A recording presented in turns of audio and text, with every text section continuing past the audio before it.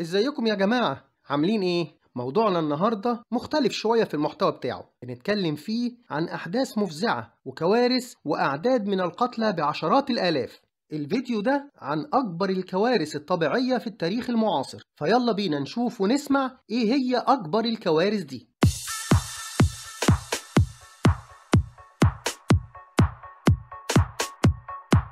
من أكبر الكوارث الطبيعية اللي حصلت على كوكب الأرض في التاريخ المعاصر زلزال هايتي، اللي كان قوته 7 درجات على مقياس ريختر. ومقياس ريختر هو مقياس عددي يستخدم لقياس شدة الزلازل. طوره عالم الفيزياء الأمريكي تشارلز فرانسيس ريختر سنة 1935. وكان مركز زلزال هايتي بيبعد حوالي 17 كيلو متر جنوب غرب العاصمة بورتو برينس، وده كان يوم الثلاث 12 يناير سنة 2010 في تمام الساعة 4:53 عصرا بالتوقيت المحلي. وكان مركز الزلزال على عمق 10 كيلو متر تحت سطح البحر، وتم تسجيل سلسلة من الهزات الارتدادية بقوة تجاوزت 5 درجات على مقياس ريختر. الزلزال استمر حوالي دقيقة واحدة بس. بعد الزلزال قدرت أعداد المتأثرين به حوالي 3 مليون شخص بين قتيل وجريح ومفقود، منهم ما يزيد عن 230 ألف قتيل تم دفنهم في مقابر جماعية، وكان منهم شخصيات عامة وبارزة عديدة. معظم معالم مدينة بورتو برينس انهارت وتضررت بشدة من أثر الزلزال، زي القصر الرئاسي والبرلمان وكاتدرائية بورتو برينس والسجن الرئيسي بالعاصمة، وكمان مقر قيادة قوات حفظ السلام الدولية في هايتي، اللي مات فيه معظم الموظفين الأمميين بما فيهم مبعوث الأمم المتحدة ونائبه. تقع منطقة الزلزال ضمن منطقة صدع زلزالي تعرف باسم صدع إنريكيو بلينين جاردن، وهو صدع يشبه صدع سان أندرياس في كاليفورنيا الأمريكية. وفي المؤتمر الجيولوجي 18 لمنطقة الكاريبي اللي عقد في سان دومينغو عاصمة الدومينيكان في مارس سنة 2008، حذر 5 علماء جيولوجيين في دراسة قاموا بتقديمها في المؤتمر من خطر زلزال كبير في المنطقة ذاتها اللي وقع فيها زلزال هايتي في يناير سنة 2010. بعد الزلزال المدمر اللي ضرب البلاد، أعلنت بلدان كتيرة حول العالم تعاطفها مع هايتي وبدأت بتقديم المساعدات الإنسانية، وبلغ عدد الدول دي حوالي 30 دولة. أرسلت مساعدات منها مستشفيات ميدانية وأغذية وأدوية وفرق إنقاذ ومبالغ مالية تزيد عن 160 مليون دولار.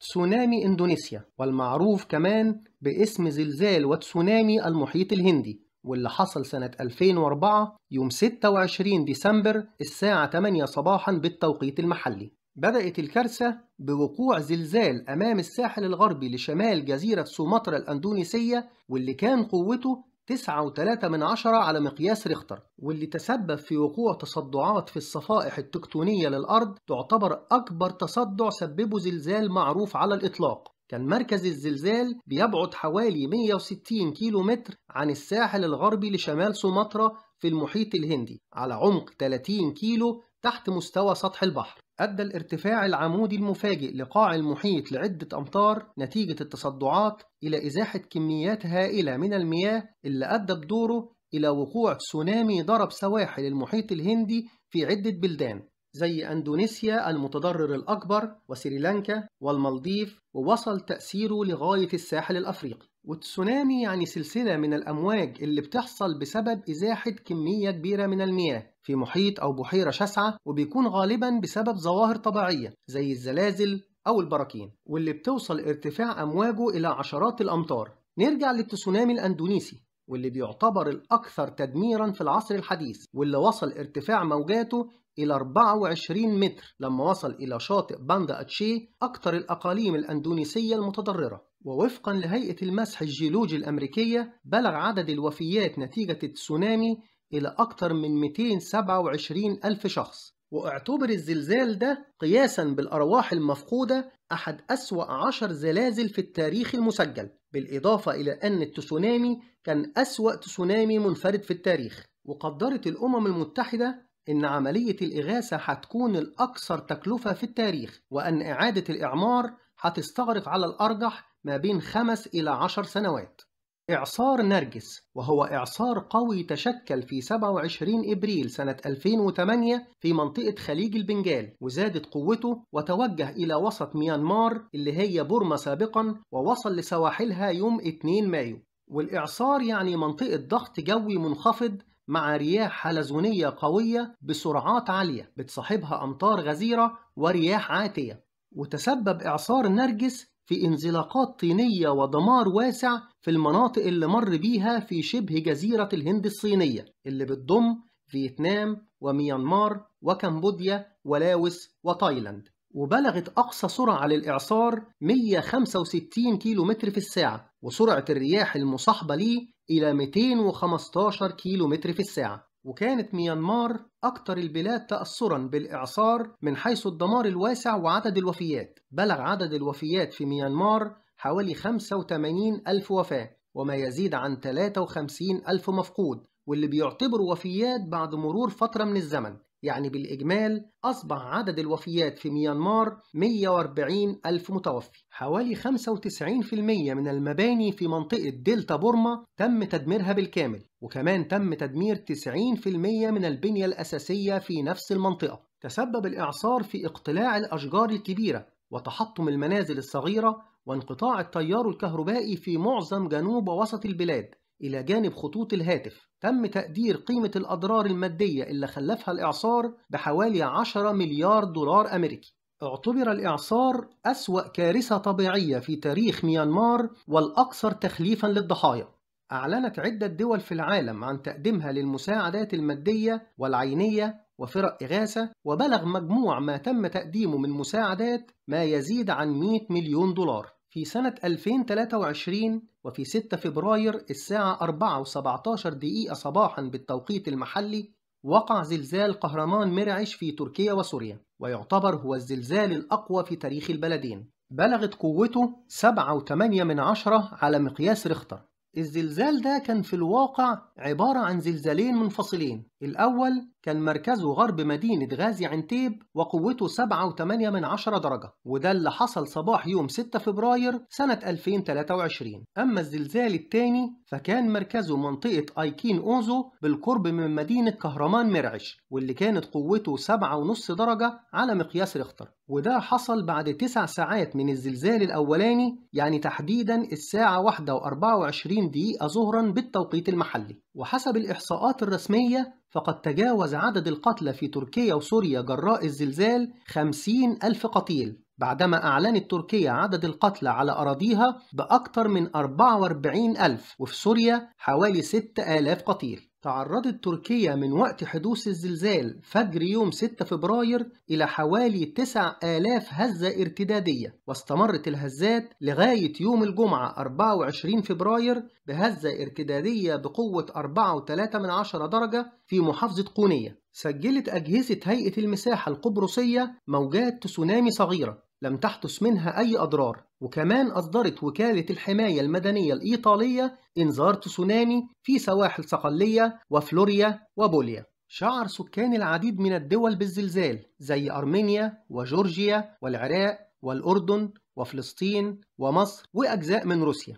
كما صرحت وكالة المسح الجيولوجي للدنمارك وجرينلاند بأن أجهزتها رصدت الزلزالين، وفي بعض الأشخاص شعروا بالهزتين رغم بعد المسافة بين موقع الزلزال والدول دي بأكتر من 5500 كيلو، وده يبين قد إيه كانت قوة الزلزال مدمرة. أدى الزلزال إلى وقوع أضرار جسيمة لميناء اسكندرونة، وغمرت مياه البحر مساحات من الساحل وأجزاء من أرصفة الميناء، وحصل خسف للأرض مما أدى إلى زحف البحر لحوالي 200 متر إلى الداخل. كمان حصل أضرار في 11 محافظة تركية، وتأثر ما يزيد عن 4 ملايين مبنى، ودمرت حوالي 345 ألف شقة، وحوصر الآلاف تحت الأنقاض. تم غلق مطار أدنا شاكر باشا بسبب الأضرار اللي لحقت بيه، وتعرضت العديد من المواقع التاريخية لأضرار جسيمة، منها قلعة غازي عنتيب ومسجد شرواني ومسجد التحرير وكاتدرائية البشارة أو كنيسة الإسكندرونة الكاثوليكية.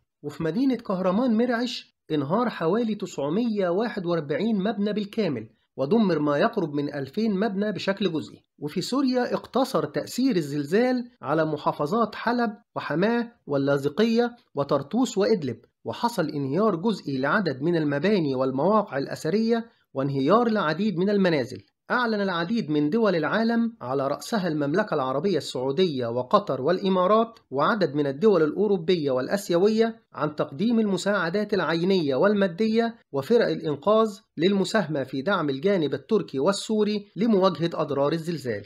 في تمام الساعة 2:46 بعد ظهر يوم 11 مارس سنة 2011 ضرب زلزال عنيف سواحل شرق اليابان، محدثا موجات تسونامي في المحيط الهادي. يقع مركز الزلزال على بعد 373 كيلومتر شمال شرق العاصمة طوكيو، وكانت قوة الزلزال 9 درجات على مقياس ريختر، ويعتبر الزلزال ده أعنف زلزال في تاريخ اليابان منذ بدء توثيق سجلات الزلازل قبل 140 سنة. وأدت قوة الزلزال إلى إزاحة محور دوران الأرض 10 سنتيمترات، وده طبقا لتصريح المعهد الإيطالي للجيوفيزياء ودراسات البراكين. في تمام الساعة 3:55 عصرا حسب توقيت اليابان شوهدت موجات التسونامي وهي تغرق مطار سينداي الواقع بالقرب من ساحل محافظة مياجي، مع أمواج من المياه تجرف معها السيارات والطائرات وتغمر العديد من المباني، وكان ارتفاع الأمواج ما يقرب من 6 أمتار. وزي اللي حصل في زلزال وتسونامي أندونيسيا سنة 2004 فبرضه الضرر الناجم عن الموجات وارتفاع منسوب المياه كان أشد فتكا وتدميرا من الزلزال نفسه. دمرت بلدات بأكملها بما في ذلك 9500 مفقود في بلدة مينا ميسانريكو، وكان السبب في ارتفاع عدد الوفيات هو شدة قوة المياه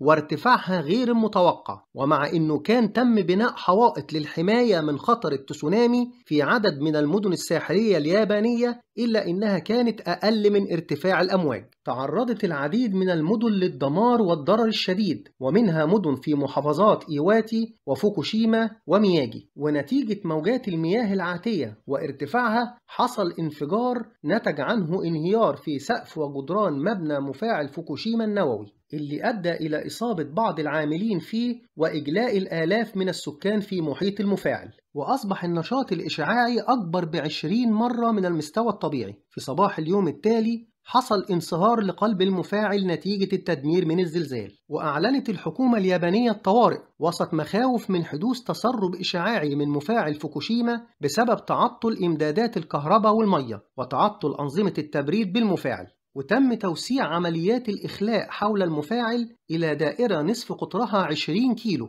وتم إغلاق محطات الطاقة النووية ومصانع السيارات والإلكترونيات، ولحقت أضرار جسيمة بعدد من الطرق، وانقطعت الكهرباء عن ملايين المنازل والشركات، وأغلقت جميع المواني. في آخر تعداد للخسائر البشرية بلغ عدد الوفيات حوالي 20,000 قتيل وحوالي 6,000 جريح وأكثر من 2500 مفقود نتيجة الزلزال والتسونامي المصاحب ليه. قامت عدد من الدول الآسيوية والأوروبية والولايات المتحدة الأمريكية بتقديم الدعم العيني وفرق الإنقاذ للمساعدة في الحد من آثار الزلزال. بكده نكون وصلنا إلى نهاية فيديو النهاردة، واللي قدمنا فيه رؤية لعدد من أكبر الكوارث الطبيعية اللي حصلت في التاريخ المعاصر. لو عجبك الفيديو أو أضاف لك معلومة جديدة دوس لايك واشترك في القناة وفعل الجرس علشان يوصلك كل جديد، والسلام عليكم.